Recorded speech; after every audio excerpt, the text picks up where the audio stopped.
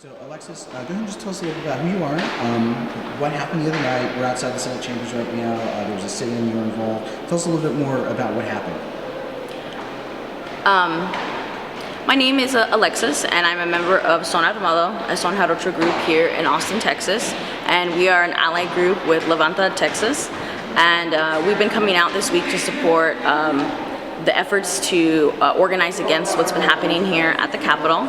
And right now we're outside the Senate chambers where Friday night it was a scene of mass chaos when a peaceful demonstration, a peaceful sit-in was met with police brutality from Texas DPS and it erupted into a scene of mass chaos. So this entire week has been incredible to see the amount of people power out here, people working against what the legislature has been doing, working through social media, working through music, just amazing people. And Friday night when everything erupted, it was just amazing to see that all that good energy, all that peaceful organizing was, met with disgusting show of force. And I was partaking in the sit-in, and I was in the back row when officers entered into the crowd and began to use force and tasers on unarmed peaceful protesters.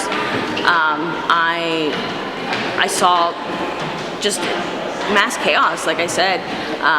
I was tased in the leg, in my left thigh, while I was sitting on the ground, again, peaceful.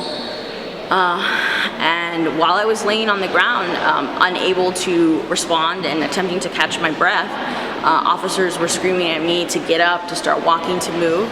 And because I was unable to, much less breathe, to get up and walk, they began to grab me, to pull on my arms, and in this process they pulled down my pants, exposing me to the crowd, to cameras, to officers as they paraded me from where I had been sitting into the Senate chambers. And unable to cover myself, I asked, why did you take my pants off? And I was met with silence, with no response. And they dropped me into the Senate chambers and left me there crying and shaking. And it was just disgusting. The entire scene was disgusting. And even just being here, I'm experiencing so much anxiety. Having to check in with the TPS right now, I could feel my heart racing, and I'm afraid to be here. I'm afraid of what these people can do to me, because in a room full of hundreds of protesters with dozens of cameras and the world watching, this is still what they did to me. What happens when no one's here, when no one's watching? What kind of brutality have we bred into this society where this is okay, where this can happen to unarmed, peaceful people, a young woman of color sitting here expressing what I believe in, and no one cares? None of them were even fazed. I could see them laughing when I asked, why did you take my pants off? They just laughed at me.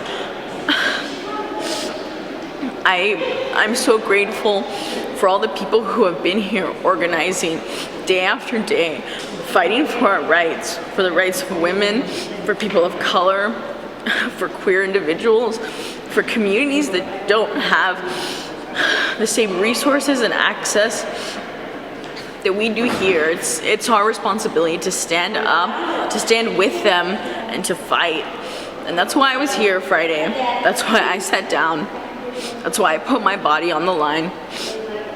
And that's how I ended up being subjected to the brutality of Texas DPS, of this legislator, of the state, and everyone here who hates women, women's freedom, their right to choose, and what it means for us to be autonomous.